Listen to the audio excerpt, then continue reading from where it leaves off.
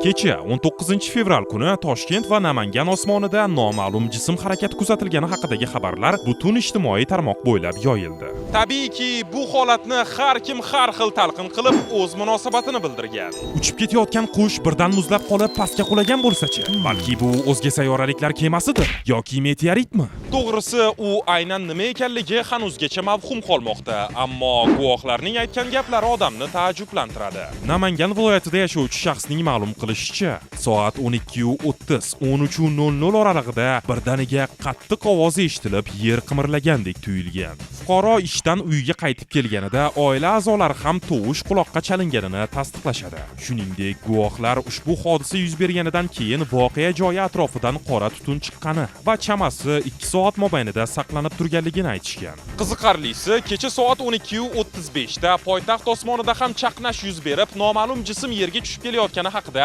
xabar berilgandi. Mazkur holat yuzasidan O'zbekiston Fanlar akademiyasi Astronomiya instituti rasmiy munosabat bildirdi. Unda yozilishicha, hozirgi vaqtda videoda qayd etilgan hodisaning meteorit tushishi yoki boshqa tabiiy texnogen manba bilan bog'liq ekani rasman tasdiqlanmagan. Yer yuzasiga yetib kelgan qoldiqlar mavjud bo'lmasa, hodisaning tabiati haqida aniq xulosa berish imkonsiz.